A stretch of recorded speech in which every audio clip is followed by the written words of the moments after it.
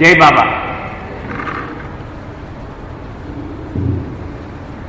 Avatar Meher బాబా की जय. Avatar Meher బాబా की जय. అవతార్ మెహర్ బాబా की जय.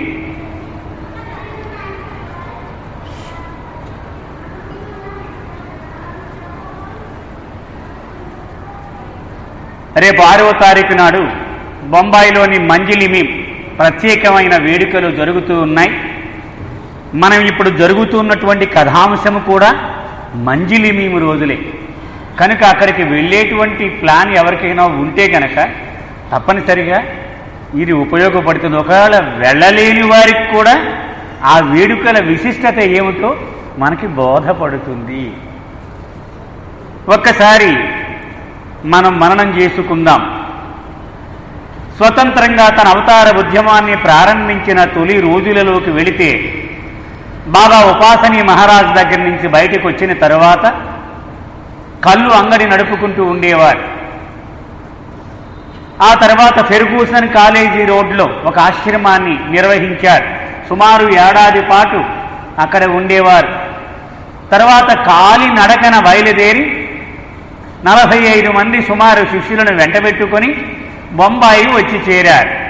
అక్కడ మంజిలిమి అనేటువంటి ఒక ఆశ్రమాన్ని నడిపారు. అది కూడా సుమారు ఏడాది పాటు నడిపారు. ఎందుకయ్యా మంజిలిమి నడిపారు బాబా అంటే భాస్కర్ రాజు గారు ఒక్క మాటలో రాశాడు. ఆయన రాళ్లులా ఉన్నటువంటి తన మండలి వాళ్ళని రత్నాలుగా సానబట్టేటువంటి కార్యక్రమము మంజిలిమిలో బాబా చేశారు. అంటే ఆయన అవతార ఉద్యమంలో తగిన పనిముట్లుగా పనికి రావడానికి కఠోరమైనటువంటి శ్రమ చేశారు బాబా. మండలి వాళ్ళ కంటే ఆయనే ఎక్కువ కష్టం పడ్డారు. అది మనకు బోధపడుతుంది ఇదంతా చదివితే. సాధారణంగా మనం వివరాలు ఎక్కువ చదివేసి అసలు అది ఎందుకు జరిగిందో మన మనసులో జ్ఞాపకం పెట్టుకోం. అది సాధారణంగా ఉన్నటువంటి బలహీనత మనకి. కనుక ఎందుకు మంజిలిమి నడిపారు అంటే అక్కడ వివరాలు కాదు చెప్పడం, అవతారుని యొక్క మండలిని ఆయన పనికి తగినట్లుగా తయారు చేయడానికి ఆయన చేసినటువంటి శిక్షణ కార్యక్రమము మంజిలిమి. అందుచేత అక్కడ క్రమశిక్షణను నిర్వహించేటువంటి కాఠిన్యమూర్తి కనిపించేవాడు బాబాలో. అంతేగాని అనుగ్రహంతో కూడిన కారుణ్యమూర్తి కనిపించేవాడు కాదు బాబాలో. వణికిపోతూ ఉండేవారు. ఆయన ఎదురుగా నిలబడ్డానికి భయపడుతూ ఉండేవారు. ఇది మంజిలిమిలో జరుగుతూ ఉన్నటువంటిది. ఒకరోజు బాబా మండలి వాళ్లకు తనకు ఉన్నటువంటి అనుబంధం గురించి చెప్పారు. పోయిన వారం మనం చదువుకున్నాం. పోయిన వారం లక్ష్మి గారు చదివారు. సృష్టి ఏర్పడిన మొట్టమొదటి ఆ బిందువు నుండి వచ్చినప్పుడే ఎవరెవరు నాకు మండలిగా ఉండవలసిన ఆత్మలు అనేది నిర్ణయం అయిపోతుంది అన్నారు బాబా. అలా అనాదిగా జన్మజన్మలుగా ఆయనతో సంబంధ బాంధవ్యాలు ఉన్నటువంటి అదృష్టవంతులు మండలి వాళ్ళు. అంతేకాని ఏదో మామూలు ప్రేమికుడు మాదిరిగా అదృష్టం ప్రకారం దొరికేటువంటిది కాదు. అది ఎన్నో జన్మలుగా ఆయనతో అనుబంధం ఉంటేనే దొరుకుతుంది. ఉదాహరణకు డెలియా మనం విన్నాం, ఒక యూరోపియన్ బాబా ప్రేమికురాలు. ఆ మండలియా కాదా అంటే మనకు తెలియదు. కానీ ఈ అవతార యుగంలో బాబాకు అత్యంత ఆప్తురాలిగా ఉన్నటువంటి అదృష్టవంతురాలు. మరి ఆవిడికి ఎప్పటి నుంచి ఉంది అదృష్టము? కృష్ణావతారంలో ద్రౌపది అన్నారు బాబా. అంటే అంత సాన్నిహిత్యము కృష్ణావతారంలోనే ఉంటే ఇప్పుడు ఆవిడ అంత దగ్గరగా ఉండగలిగింది. అంటే మనకు కనిపిస్తూ ఉన్నటువంటి ఈ పాత్రలన్నీ ఇదివరకు అవతారాల్లో కూడా ఎంత విశిష్టమైనటువంటి అనుబంధము అవతారునితో పంచుకున్న వాళ్ళే. అది మనం గుర్తుపెట్టుకోవాలి. తను తినేటువంటి ఆహారం ఫలానా చోట పెట్టాలి అని బాబా చెప్తూ ఉండేవారు. చాలా స్ట్రిక్ట్గా ఆ టేబుల్ మీద ఉండాలి, 8 గంటలకల్లా అక్కడ ఉండాలి, ఇలా చెప్పేవారు. గుస్సాజీ ఈ బాబాకి కావలసిన ఆహారాన్ని వండి వడ్డించేటువంటి కర్తవ్యము అతనిది. ఆవేళ పొరపాటు చేశాడు, అక్కడ పెట్టలేదు. చాలా కోపం వచ్చేసింది బాబాకి. ఆ రోజుల్లో ఎలా ఉండేవారో ఒక ఉదాహరణ.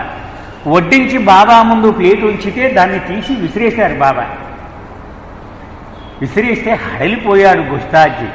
ఇక ఈ మధ్యాహ్నం పూట నేను భోజనము చెయ్యను, నీ అవిధేయత వల్ల నీ గురువుకు తిండి లేకుండా చేశావు ఈరోజు అన్నారు. చాలా నొచ్చుకున్నాడు. ఎందుకంటే బాబా అంటే ప్రేమ, అందులోనూ గురువు. తన కారణంగా భోజనం లేకుండా ఉండడం ఎవడైనా భరించగలడా? మామూలుగా మనమే భరించలేం. అలాంటిది మండలి సభ్యుడు ఎంతో నొచ్చుకున్నాడు. కానీ బాబా అలా కాఠిన్యాన్ని ప్రదర్శిస్తూనే ఉన్నారు. సాయంత్రం అందరూ భోంచేస్తున్నారు. మళ్ళీ బాబాని అడిగాడు, నేను భోజనం చెయ్యను అన్నాడు. చాలా బాధపడుతూ ఉంటే దగ్గరికి పిలిచారు. మళ్ళీ సముదాయించి చెప్పారు, ఒరే నాయనా, నీ తప్పేమీ లేదు దీనిలో. నేను యథార్థానికి 39 గంటల కఠోరమైన ఉపవాసం చెయ్యాలని ప్రణాళిక చేసుకున్నాను. అది నటించుకోవడానికి ఇలా నేను నటిస్తూ ఉంటాను, పట్టించుకోవద్దు. అవతారుని కార్య విధానము ఎలా ఉంటుందో కూడా బాబా చెప్పారు. ఆయన నుంచి వచ్చేటువంటి ఈ ఉగ్రరూపము, అనుగ్రహము రెండు నీవు సమానంగా తీసుకునే స్థాయికి ఎదగాలి. అది నీ మేధస్సుకు అతీతమైనది. నీవు బేరీజు వేయడానికి ప్రయత్నము చెయ్యకు అని నచ్చ చెప్పారు. సరే, 39 గంటల ఉపవాసం పూర్తయ్యాక ఉదయం 9 గంటలకు ఒక గ్లాసుతో పళ్ళ రసం తాగి ఆయన విరమించుకున్నారు బాబా. ఫిబ్రవరి 15వ తారీఖు 1923వ సంవత్సరం నడుస్తూ ఉంది. ఫిబ్రవరి 15 నాడన్నారు, కేవలము పానీయాలు త్రాగేవి, ఏమిటి, టీ, మజ్జిగ, సోడా ఇలాంటివి మాత్రమే నేను తింటూ కఠోరమైన ఉపవాసం ఉంటాను నేను అన్నారు. అదే రోజున 500 మందికి భోజనాలు పెట్టాలి బీదవాళ్లకు. 100 మంది బీదవాళ్లకు ఉచితంగా బట్టలు ఇవ్వాలి. ఇది తన ప్రణాళికని నోటీసు బోర్డు మీద వ్రాయించేవారు. బాబా ఎప్పుడు నోటీసు బోర్డు మీద రాయించేవారు. మంజిలీమీలో చాలా స్పష్టంగా ఎప్పుడు నోటీసు బోర్డు మీద ఆయన యొక్క మనసు రాయబడుతూ ఉండేది. అదే రోజు మండలి వాళ్ళని తన చుట్టూ కూర్చుండబెట్టుకొని సద్గురువు అవతారుడు ఈ విశిష్టతను చాలా స్పష్టంగా బాబా చెప్పడం జరిగింది. మళ్ళీ గాడ్ స్పీక్స్లో చెప్పిన విషయమే బాబా అక్కడ చెప్పారు. కొంచెం గంభీరమైన సబ్జెక్ట్ కానీ తప్పదు మనకు. బాబా చెప్పిన ప్రకారము ఈ భూమి మీద ఎప్పుడు ఎల్లకాలాలు అంటే ఈ క్షణంలో కూడా నేను భగవంతుడను అనేటువంటి అనుభవం వచ్చేసిన వెంటనే ఈ శరీరం యొక్క అవసరము ఉండదు ఎవరికైనా సరే. మనం కాలువ దాటేసామనుకోండి, పడవ చంకని పెట్టుకొని వెళ్ళం కదా, అక్కడే వదిలేస్తాం, దాని పని అయిపోయింది, ఇక పడవ పని లేదు. అలాగే ఈ భౌతిక శరీరం యొక్క అవసరము తీరిపోయింది కాబట్టి ఇది రాలిపోతుంది 2-3 రోజులలో. కానీ నేను భగవంతుడను అనే అనుభవం పొందినాక కూడా 56 మంది మాత్రము ఈ మానవ శరీరాన్ని ఉంచుకుంటారు. వాళ్లను శివాత్మలు అన్నారు బాబా. అంటే నేను భగవంతుణ్ణి అని సంపూర్ణమైన ఎరుక వాళ్లకు ఉంటుంది. ఈ స్థూల శరీరము యొక్క కానీ స్థూల ప్రపంచము యొక్క కానీ చైతన్యము అనుభవము ఉండదు. అలాగే సూక్ష్మ శరీరము సూక్ష్మ ప్రపంచము యొక్క చైతన్యము అనుభవము ఉండవు. మానసిక శరీరము మానసిక ప్రపంచము యొక్క చైతన్యము అనుభవము ఉండవు. వాళ్ళకు ఉన్నదల్లా నేను భగవంతుణ్ణి. ఇదొక్కటే 56 మందికి ఇదే చైతన్యము. అందుచేత వాడు భగవంతుడు అయిపోయాడు, ఏం అనుమానం లేదు. కానీ మనం ఇక్కడ మొరబెట్టుకుంటూ ఏడుస్తూ ఉన్నాం మన పాటలు పడలేక అని ఆయనకు తెలియదు. కాబట్టి భగవంతుడు అయిపోయాక కూడా మనకు సాయం చెయ్యలేనటువంటి ఆ దుర్బలమైన పరిస్థితిలో ఉండిపోతారట ఈ 56 మంది కూడా. వీళ్ళు శివాత్మలు అంటే నేను శివుణ్ణి అనేటువంటి చైతన్యపూర్వకమైన అనుభవము ఉంది వాళ్లకు. కానీ ఈ 56 మందిలో ఒక 5గురు మాత్రము ఈ చైతన్యం అనంత చైతన్యం ఉంచుకుంటూనే ప్రపంచంలోకి మళ్ళీ దిగి వస్తారట. వాళ్ళనే సద్గురువులు అన్నారు బాబా. అంటే వాడికి చెవులు పనిచేస్తాయి, కళ్ళు పనిచేస్తాయి, ముక్కు పనిచేస్తుంది, స్థూల శరీరం పనిచేస్తుంది. కనుక మన గోడు వింటూ ఉంటాడు, అరే పాపం చాలా కష్టపడుతూ ఉన్నాడు వీడికి ఏదో సాయం చేయాలి సుమా అని అనిపిస్తుంది. సాయం చేస్తాడు కూడా. అతని సద్గురువు బాబా చెప్పింది. ఈ 56 మందికి పూర్తి సామర్థ్యం ఉంది సహాయం చేయడానికి, ఎందుకంటే వాళ్ళ భగవంతుళ్ళే. కానీ అధికారం మాత్రం ఈ 5గురికి ఉంది. బాబా అన్నారు, authority to use the power. వీళ్ళకున్న శక్తిని వాడడానికి అధికారము ఈ 5గురికే ఉంటుంది. అందుకని వాళ్ళను సద్గురువులు అన్నారు. మిగిలిన 51 మంది శివాత్మలు మాత్రమే.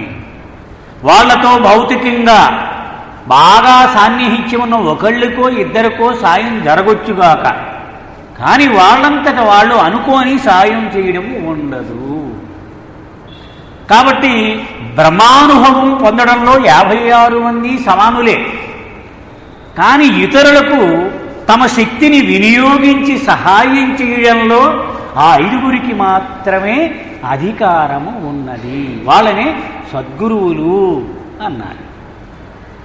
మిగిలిన వాళ్ళు వెయిట్ లిస్ట్లో ఉంటారు. ఇప్పుడు బండి చూడండి, టికెట్ కన్ఫర్మ్డ్ ఉన్నవాడు ధైర్యంగా వాడే సీట్లో వాడు వెళ్ళి కాలు చాపు పడుకుంటాడు. వాడు వెయిట్ లిస్ట్లో ఉన్నవాడు అలా కూర్చుని ఉంటాడు అంతే. వాడు టీటీ పిలిచి మన సీటు వెళ్ళు అంటే అప్పుడు వెళ్ళి కూర్చుంటాడు. అప్పటి వరకు వాడు అలా వెయిట్ చేస్తూ ఉంటాడు. అలాగూ ఈ 51 మంది కూడా ఆ అధికారము వచ్చే వరకు ఏమీ చెయ్యలేని పరిస్థితుల్లోనే ఉంటారు. ఆ సద్గురువులలో ఒకడు శరీరం విడిచిపెట్టేసి ముందు ఈ 51 మందిలో ఒకడిని పిలిచి తన సీట్లో కూర్చోబెట్టి అప్పుడు వెళ్ళిపోతాడట. బాబా చెప్పినటువంటి రహస్యం ఇది గాడ్ స్పీక్స్ గ్రంథంలో. అలా పిలిచిన వాడికి కేవలం అధికారమే ఇస్తాడు, శక్తి వాడికి అప్పటికే ఉంది. ఆ 56 మందిలో ఉన్న అందరూ ఒకే స్థాయిని చెందిన వాళ్ళు, పొందిన వాళ్ళు. కనుక వారికి తాళం చెవి ఇవ్వడం ఒక్కటే తేడా తప్ప వాడికి ఆల్రెడీ శక్తి సామర్థ్యాలు ఉన్నాయి వాడికి. బాబా అన్నారు, వీళ్లను సద్గురువులు అంటారు. మరి అవతారుడెవరు? ఇలా మానవుడిగా పుట్టి మెట్లెక్కి చివరి మెట్లు ఎక్కినవాడు కాదు. సదా భగవస్థితిలో ఉంటూ మెట్లు దిగి కిందకి వచ్చినవాడు అవతార పురుషుడు. అంటే వీళ్ళందరూ నిచ్చిన పైకెక్కి ఆ ప్లాట్ఫారం మీకు ఎక్కిన వాళ్ళు సద్గురువు. అవతారుడు అంటే పైనుంచి మెట్లు దిగి ఆ స్థితి చేరినవాడు అవతార పురుషుడు. మనం గుర్తుపెట్టుకోవడానికి సులభం ఇది. బాబా ఆ సమయంలో ఒక అద్భుతమైనటువంటి ఒక రహస్యాన్ని కూడా చెప్పారు. సద్గురువు శరీరం విడిచిపెట్టేసిన వెంటనే సృష్టితో కట్, ఆయన సంబంధము ఎంతమాత్రము ఉండదు. బ్రహ్మానంద పరిస్థితుల్లో మునిగి తేలుతూ ఉంటాడు. ఈ సృష్టి చైతన్యం కట్ అయిపోయింది అతనికి.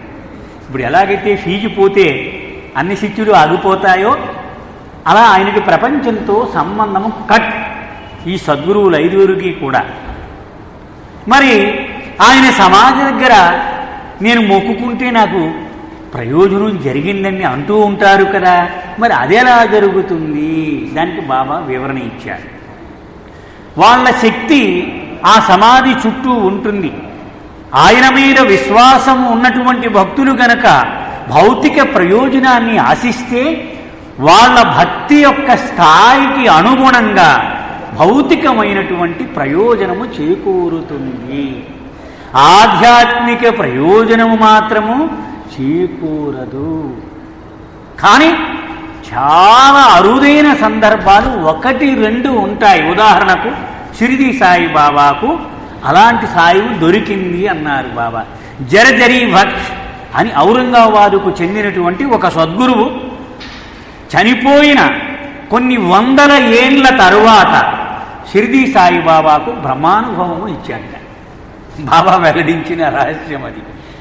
ఇదివరకు జన్మలో షిరిడి సాయిబాబా ఇదివరకు జన్మలో బ్రహ్మానుభవాన్ని పొంది శరీరాన్ని విడిచిపెట్టినట్టు ఉంది.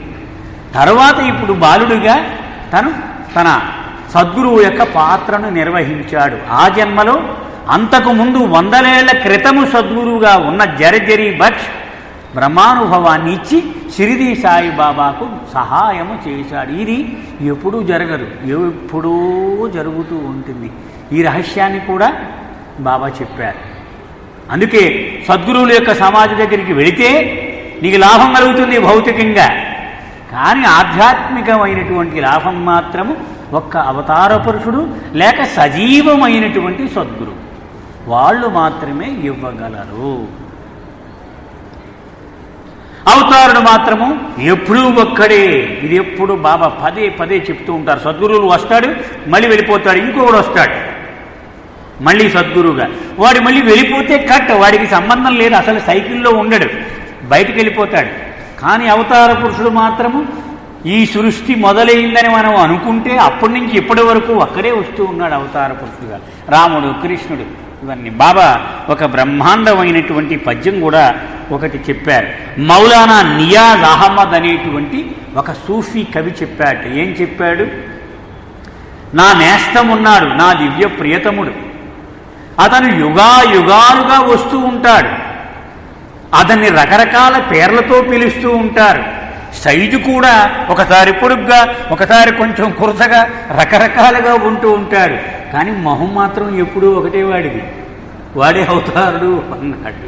చూడండి ఎంత అద్భుతంగా చెప్పాడు బాబా. దీన్ని ఆ సందర్భంలో చెప్పారు. ఎప్పుడు ఒకటే మొహంతో వస్తూ ఉంటాడు అవతారుడు. అందుకే బాబా అన్నారు, రాముడు, కృష్ణుడు, బుద్ధుడు, క్రైస్తు వీళ్ళందరూ మహమ్మద్ ఒకే మొహము. నా మొహము ఎలా ఉందో, నా తల ఎలా ఉందో, ఇదే శిరస్సు, ఇదే వదనం, అనుమానం పెట్టుకోవద్దన్నారు ఆయన. అంటే మనం ఏదైనా రాముడు బొమ్మ చూసినప్పుడు బాబాలాగా లేకపోతే చెప్పొచ్చు ఇది తప్పు. ఎందుకని మనకు బాబా ఏది చెబితే అదే మనకు ప్రమాణము. ఒకసారి బాబాని మండలి వాళ్ళు ప్రశ్నించారు, ఇదివరకు అవతారాలతో పోలిస్తే ఏమాత్రము తేడా లేని రూపము ఏ అవతారము బాబా? మహమ్మద్ 100%. నన్ను చూస్తే ఇక మహమ్మద్ను చూడక్కర్లేదన్నారు. అంటే కొన్ని రహస్యాలు ప్రభువు చెప్పాడు. అలాగే అన్ని అవతార రూపాలలోకెల్లా అతి సంపూర్ణ సౌష్ఠవము కలిగినటువంటి శరీరము బుద్ధ భగవానుడిది. బాబా చెప్పినటువంటి రహస్యం ఇవన్నీ. ఒకరోజు బాబా ఉదయాన్నే గుస్తాజీని పిలిచాడు.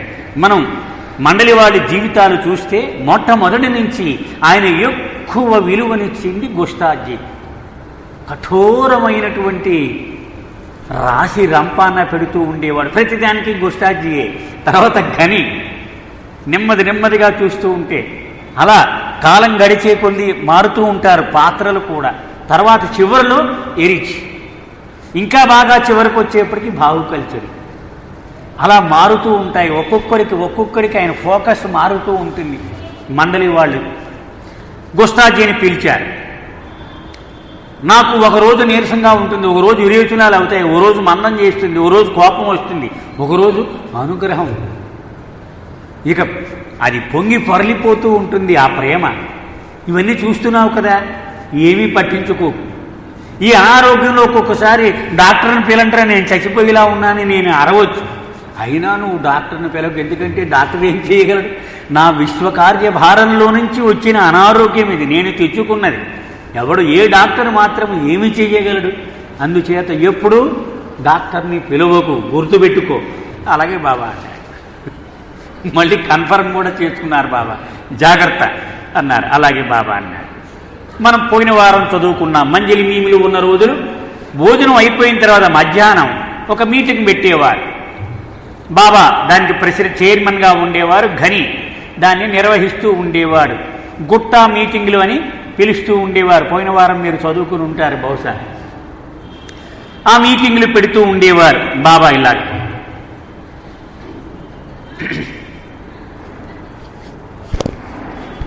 సాయంత్రం అయిపోయేప్పటికి మండలి వాళ్ళందరినీ పిలిచారు. అత్యాపాత్య అని ఒక ఆట ఉండేది.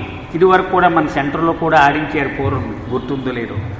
ఆ ఆట ఆడుతూ ఉన్నారు. ఒక అరగంట అయిపోయింది.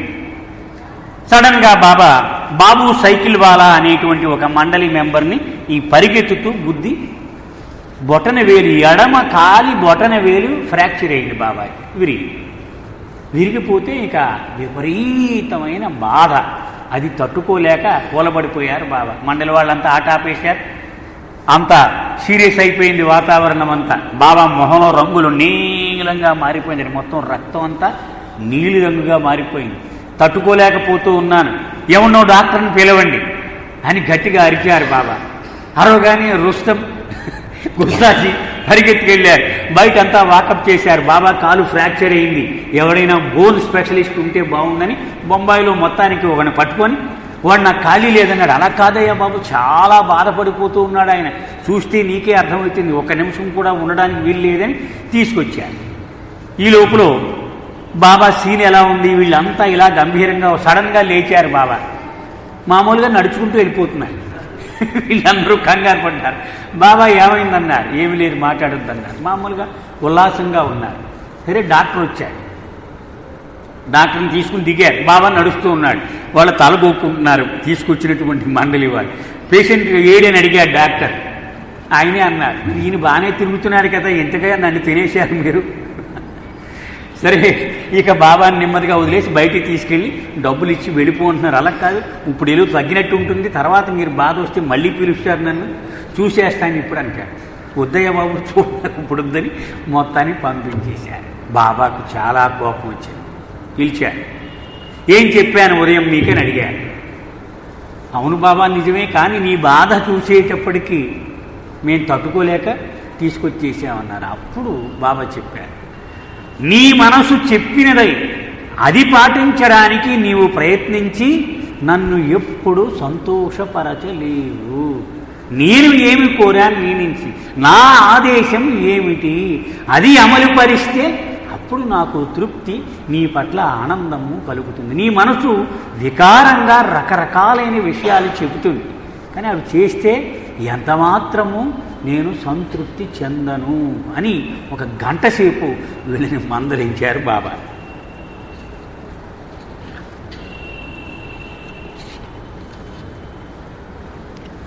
సరే అప్పుడు అందరినీ సమావేశపరిచారు. ఎందుకు నేను ఇంతగా బాధపడవలసి వచ్చింది చెప్పగలరా మీరెవరైనా అన్నారు. ఎవరికి తోచింది వాళ్ళు చెప్పారు. ఎందుకని బాబా అడిగినప్పుడు తెలియకపోయినా నాకు తెలియదు కానీ బాబా నేను ప్రయత్నం చేస్తానని వీళ్ళు చెప్తూ ఉండేవారు.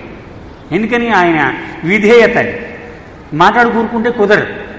అప్పుడు అన్నారు, ఇవేవి కాదు, ఇప్పుడు మీకు చెప్తాను రహస్యము అన్నారు. అసర్ సాహెబ్ అనేటువంటి ఒక మండలి వాడు ఉన్నాడు. గుజరాతీలో బాబా ఆదేశం మేరకు మంజిలీ మీములో ఉపాసనీ జీవితాన్ని కూడా వ్రాసినటువంటి వాడు బాబా దగ్గర నుంచి వెళ్ళిపోయాడు. కొన్నాళ్ళలో నేను వస్తాను అని. వాడికి సహాయం చేయడానికి ఇంత కఠోరమైన కష్టాన్ని నా శరీరం మీద వేసుకున్నాను అన్నారు బాబా. అంతా నిర్ఘాంతపోయారు. ఏంటి బాబా, ఏమి జరిగింది అన్నారు. చాలా విషాదకరమైన వార్త మీరు వింటారు వాడి గురించి, దానికోసం నేను తంటాలు పడుతూనే ఉన్నాను ఆ విషాదం జరగకుండా, కానీ తప్పదేమో అన్నారు. బాబా ఒకసారి చెప్పాడు, అవతార పురుషుడిగా నా కర్తవ్యం మొట్టమొదట మండలి వాళ్ళకి పట్ల ఉంటుంది.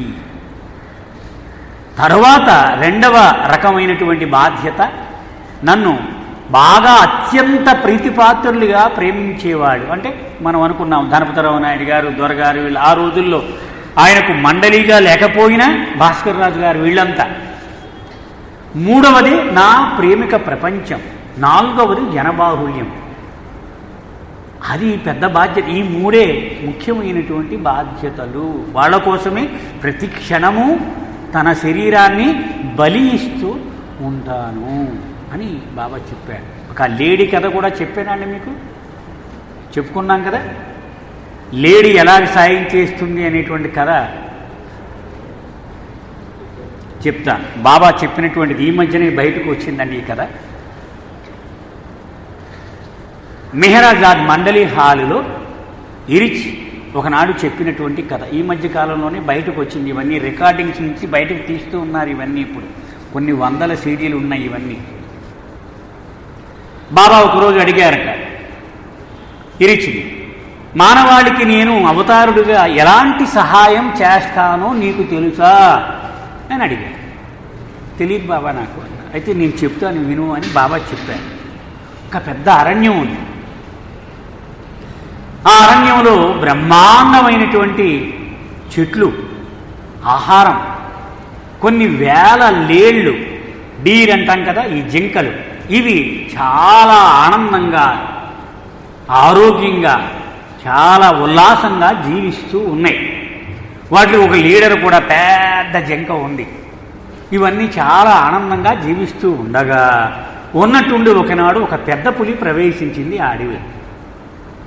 ఆ రోజుకు ఒక లేడిని పట్టుకొని తినేస్తూ ఉంది.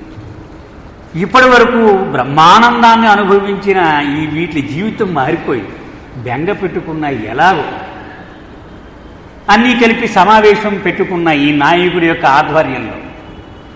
సో అన్నీ కలిపి వెతుకుదాం రండి, ఏదో దారి ఉండకపోదు అని ఈ నాయకుడు కలిసి వెతుకుతూ ఉంటే పెద్ద నది కనిపించింది. చాలా పెద్ద నది ఉంది. అప్పుడు ఆ నాయకుడు చెప్పాడు, మనము గనక ఈ నది దాటివేసి అవతలికి వెళ్ళిపోతే ఆ పులి రాలే, మనకు భద్రం. సరే, కొన్ని లేడి పిల్లల్ని వెళ్ళి నదిలో ట్రై చేయమన్నాడు ఆయన. దాటగలరేమో, వెళ్ళలేకపోయింది. చాలా పెద్ద నది, లోతుగా ఉంది. అప్పుడు ఆ నాయకుడు అన్నాడు, నేను పెద్ద కదా మీ అందరికీ, ఆ నది మధ్యలోకి వెళ్ళి అక్కడ నేను నుంచుంటాను. యువతలి ఒడ్డు నుంచి ఒక్కొక్క లేడి నా వీపు మీదకు దూకండి. అప్పుడు మళ్ళీ నిలదొక్కుని మళ్ళీ దూకి అవతల ఒడ్డుకి దూకండి. అలాగైతే మీ అన్ని జింకలను అవతల ఒడ్డుకి నేను దూకించగలను. సరే, అన్నీ ఒప్పుకున్నాయి. ఆ లేడి వెళ్ళి నుంచుంది నది మధ్యలో. మొట్టమొదటి లేడి ఇంత దూరం నుంచి దూకగానే ఆ డెక్కలు దాని వీపులో గుర్చుకుపోయింది. ఎందుకని చాలా సూదిగా ఉంటాయి డెక్కలు, ముట్టుకుంటే తెగిపోయేంత పదునుగా ఉంటాయి. గుచ్చుకుపోయింది. అయినప్పటికీ ఆ నాయకుడు అయినటువంటి జింక అలాగే భరించింది. పర్వాలేదు, దూకేయాలి. ఈ 2-3 లేళ్ళు దూకేపటికి కన్నం పడింది వీపు మీద, రక్తం కారుతూ ఉంది. అలాగే భరిస్తూ ఉంది. ఆఖరి లేడి దూకేపటికి మొత్తం వీపి ఓపెన్ అయిపోయి బోన్స్ అన్నీ బయటకు వచ్చేసినాయట. అయినప్పటికీ ఆఖరి లేడి దూకే వరకు ఓపిక పట్టి ఆఖరి లేడి దూకాక ప్రాణాలు వదిలేసింది. అలాగూ నా శరీరాన్ని మీ అందరి కోసం బలి పెడతాను అని బాబా ఆ రోజు ఇరిచ్ ద్వారా చెప్పించినటువంటి కథ. అంటే బాబా ఎలాంటి సహాయం చేస్తాడు అని ఒక కథ ద్వారా స్వయంగా బాబాయే చెప్పినటువంటి వివరణ. ఇది మనం గుర్తుపెట్టుకోవాలి. ఏం చేసేటండి బాబా అంటే, ఎందుకు మనం బాబాని పట్టుకోవాలంటే ఆయన పాత్ర ఆల్రెడీ చేసేసాడు మనందరి కోసం. మనమే మన పాత్ర చేయడం లేదు. మీరు విన్నారమ్మా ఇది వరకు ఈ కథ? ఇది బాలాజీ మొన్న బర్త్డేకి హైదరాబాద్లో చెప్పారు. అంటే ఆ రికార్డింగ్స్లో నుంచి బయటకు తీస్తూ ఉన్నారు. ఎన్నో కథలు ఉన్నాయి ఇవన్నీ. అది బాబా చెప్పినటువంటి విషయం అన్నమాట. అంటే ఎందుకు అంత కఠోరమైనటువంటి కష్టం పడతాడు అంటే, తన మండలిలో ఒక్కొక్కరి కోసం ప్రత్యేకించి ఇంత కష్టం పడుతూ ఉండేవాడు. ఒకరోజు రాత్రి భోజనం చేసేశారు అందరూ.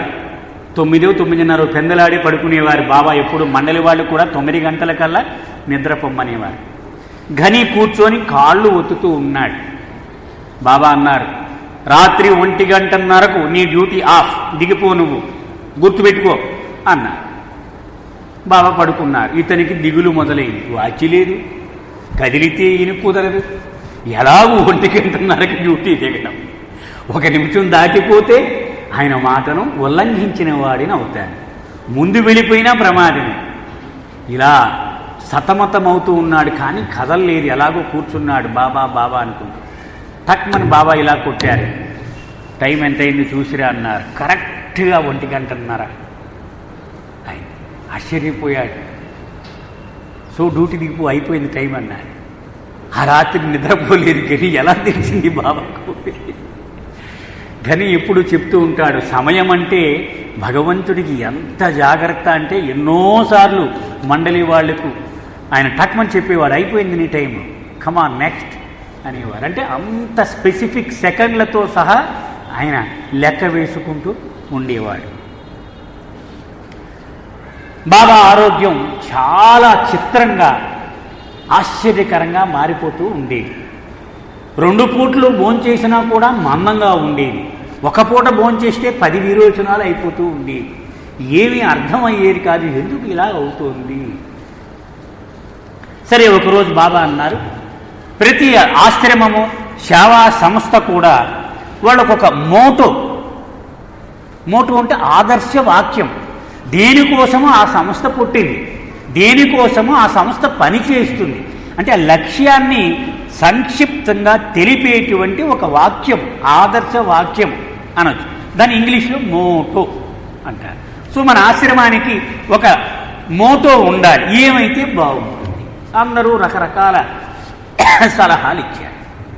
అప్పుడు బాబా మాస్టరీ ఇన్ సర్విట్యూడ్, ఆ రోజుల్లో ఇది ఎప్పుడు, ఇది ఫిబ్రవరి 1923వ సంవత్సరంలో అది పుట్టినటువంటి ఆదర్శ వాక్యం. అది ఆయన సమాధి మీద కూడా ఆయన వ్రాయించుకున్నారు. చూశాం కదా, ఇప్పుడు సమాధిలో మాస్టరీ ఇన్ సర్విట్యూడ్, అదే పరిచయం, ప్రపంచానికి తనను తాను ఆయన పరిచయం చేసేటువంటి ఆ లక్ష్యం. అది ఏమిటి మాస్టరీ ఇన్ సర్విట్యూడ్ అంటే? తెలుగు అనువాదము రకరకాలుగా ఉన్నది. నాకైతే ఇప్పటికీ ఇదమిద్దంగా పూర్తిగా సంతృప్తి కలిగించేటువంటి ట్రాన్స్లేషన్ ఉంది అంటే నాకు అనిపించలేదు.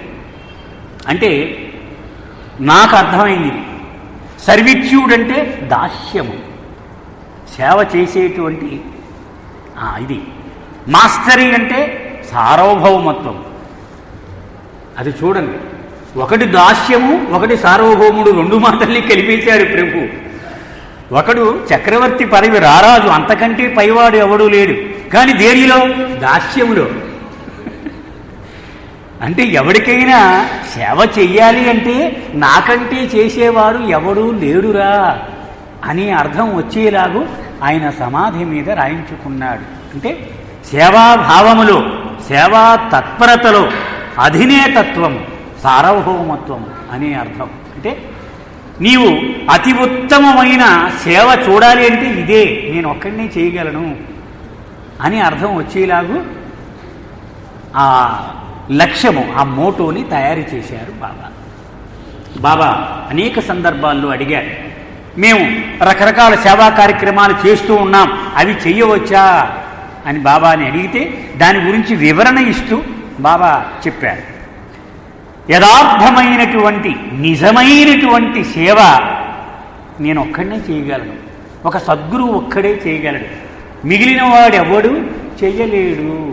మీరు దాని పేరు సేవ అని పెట్టుకున్నారు, కానీ అది సేవ తప్ప వేరొకటే, నువ్వు ఏ పేరుతో చేసినా కూడా. ఎందుకని బాబా దానికి వివరణ కూడా ఇచ్చాడు. స్వార్థ భావన ఇసుమంత ఉన్నా అది సేవ కానేరదు. మనం చూస్తూ ఉన్నాం ప్రపంచంలో కదండి, ఎలా ఉంది చూడండి. మన ప్రపంచంలో 10 రూపాయలు వాడు సేవ చేస్తే 100 రూపాయలు పబ్లిసిటీకి ఖర్చు పెడుతూ ఉంటాడు. అంటే ఆ స్వార్థ చింతన ఉంటే అది సేవకు అవమానము అన్నాడు. మరి నేను ఒక్కడినే ఎందుకు చేయగలను? ఇదివరకు మనం చెప్పుకున్నాం, అయినా సమయం కాబట్టి మళ్ళీ చెప్పుకున్నాం. మనం చేత్తో మొహం కడుక్కున్నాం అనుకోండి సబ్బు పెట్టి, ఈ చెయ్యి ఎప్పుడు ఈ మొహం రుణపడి ఉండాలి సుమా, నాకు ఎంత సేవ చేశానో అనుకుంటుందా? అనుకోదు. ఎందుకని? నా మొహమే కదా, చేసింది నా చెయ్యే కదా అనేటువంటి సంపూర్ణమైనటువంటి చైతన్యం మనకు ఉంది. ఇది నా చెయ్యే, ఇది నా మొహమే, ఇది దీనికి ఎందుకు రుణపడి ఉండాలి అనేటువంటి సంపూర్ణమైన అవగాహన మనకుంది. బాబా అన్నారు, అలాగే నేను ఎవరికి సేవ చేసినా వాడిలో ఉన్నది నేనే అని 100కి 100 పాళ్ళు అనుభవపూర్వకంగా ఆ ఎరుక నాకు ఉంది. కనుక నాకు స్వార్థ చింతన ఎలా వస్తుంది? నీకు లేదు కనుక వస్తుంది. చూడండి ఎంత సైంటిఫిక్గా, శాస్త్రీయంగా ఆయన ఎందుకు అవతారుడికి, సద్గురువుకి మాత్రమే నిజమైన సేవ చేసే భాగ్యము ఉంటుంది, మానవుడికి ఎందుకు లేదు? ఇది కారణము. ఎందుకని వాడు వేరు. పుస్తకంలో చదివి వాడు నేను ఒకటి అంటున్నాను, కానీ నాకు అనుభవం లేదు. అనుభవం ఉన్నది ఆయన ఒక్కడికి. సో అది ఆదర్శవాక్యం. ఆయన జీవితం అంతా కూడా ఆ రోజు లగాయితూ ఆశ్రమంలో ఏది చేపట్టినా దాని ఆధారంగానే అని బాబా ప్రకటన కూడా చేయమన్నారు. అంటే మనం రేపు ఏది చెయ్యాలో ఇది చెయ్యాలో వద్దా అనుకుంటే ఈ లక్ష్యానికి సరిపడుతుందా లేదా అని టెస్ట్ మనం చూసుకోవాలి. అప్పుడు దాన్ని చేయాలా వద్దా మనమే నిర్ణయం చేసుకోవాలి. ఇది మనకు టెస్ట్ అని బాబా చెప్పారు.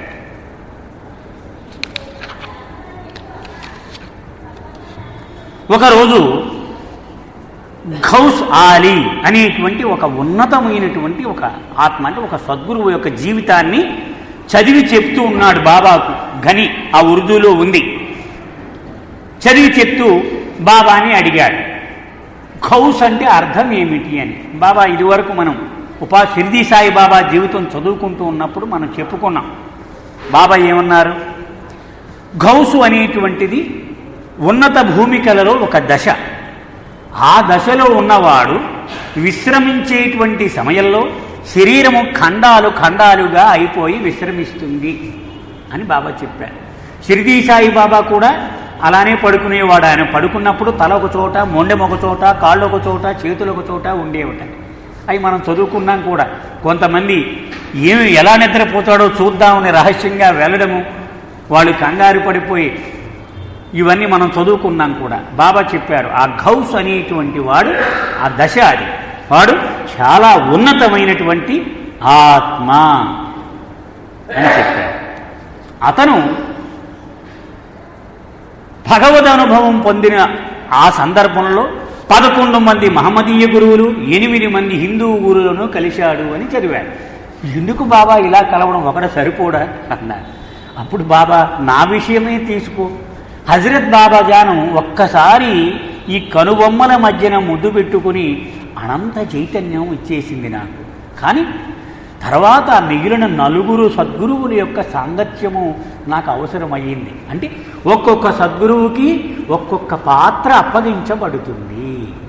ఆ పాత్ర ప్రకారము వాళ్ళు చేస్తూ ఉంటారు అన్నాడు. అంటే ఘనీకి ఆ స్థాయి ఉంది కాబట్టి అతను అడిగిన ప్రశ్నలు శాశ్వతంగా బాబా జీవితంలో పొందుపరచబడ్డాయి. అతని ప్రశ్నలు, బాబా ఇచ్చిన సమాధానాలు, ఆ స్థాయి అలాంటిది. అలాగే మహమ్మదీయ గురువుల చరిత్రలు చదువుతూ ఒక గురువు తన పాత్రను మరొకరికి అప్పగించేటప్పుడు దస్తావేజులు రాయించి సంతకం పెట్టినట్టుగా ఉంది, అలా ఎందుకు అవసరము అని అడిగాడు. అప్పుడు బాబా, ఓరి పిచ్చాలు, నేను కూడా మీతో అదే చేస్తున్నాను కదా. మంజిలి మీమికి వచ్చేప్పుడు ఈ 45 మందితో దస్తావేజులు రాయించి సంతకాలు పెట్టించాడు. నవజీవనానికి వెళ్ళేటప్పుడు దస్తావేజులు రాసి సంతకాలు పెట్టించారు. ఇది వాడికి నేను సహాయం చేయడానికి చాలా అవసరం అవుతుంది అన్నారు. అంటే వాడి మీద నా దృష్టి నిలిపి వాడికి నేను చేయూతనివ్వడానికి ఇవన్నీ దోహదమవుతాయి, అవసరము. అంటే బయటకు బాహ్యంగా ఒక సంకేతము ఉండాలి, దాని ద్వారా సహాయం జరుగుతుంది. బాబా అప్పుడు చెప్పారు, షిరిడీ సాయి బాబా గురువు గోపాలస్వామి, మనం చదువుకున్నాం, గుడ్డివాడు అతను, 2 కళ్ళు లేవు. అతను తన సద్గురువు యొక్క బాధ్యతను షిరిడీ సాయి బాబాకు అప్పగించాడు. ఎలా అప్పగించాడు? తను రోజు ధరించేటువంటి కఫ్నీని తీసి అతనికి కానుకగా ఇచ్చాడు. దానిని తలకు ఒక టోపీ చేసుకున్నాడు, ఒక చిన్న స్కార్ఫ్లాగా చేసుకున్నాడు, ఒక గౌను కుట్టించుకున్నాడు, 3 ముక్కలు చేశాడు షిరిడీ సాయిబాబా. ఆయన జీవితం అంతా ఇవే ధరిస్తూ ఉండేవాడు. అవి చిరిగిపోతే మాచికలు కుట్టుకొని అదే ధరించేవాడు. బాబా చెప్పారు, అది ఎందుకని? ఆ గురువు తన బాధ్యతను అప్పగించడానికి దానిని ఒక సంకేతకంగా వాడుకున్నాడు. అలాగూ ఆ గురువులు మరొకడికి ఒక బాధ్యత అప్పగించినప్పుడు ఇది చాలా అవసరము అవుతుంది అన్నారు. సరే, బాబా అన్నారు, హిందూ మండలి వాళ్ళు పూనాలో చాలామంది ఉన్నారు కదా, మహాశివరాత్రి వస్తుంది 2 రోజుల్లో, కాబట్టి వాళ్ళందరినీ పిలుద్దాము అన్నారు. బాబా ఎంత జాగ్రత్తలు తీసుకుంటారో చూడండి. కానీ ప్లేగు వ్యాధి ఉంది ఆ రోజుల్లో పూణే నగరంలో. ప్లేగు వ్యాధి చాలా ప్రబలంగా ఉండేది పూనాలో. బాబా చెల్లెళ్ళలో మణి తర్వాత చెల్లి ఫ్రీని, ఆమె కూడా ప్లేగు వ్యాధి బారిన పడి చనిపోయింది 9 ఏళ్ల వయసులో.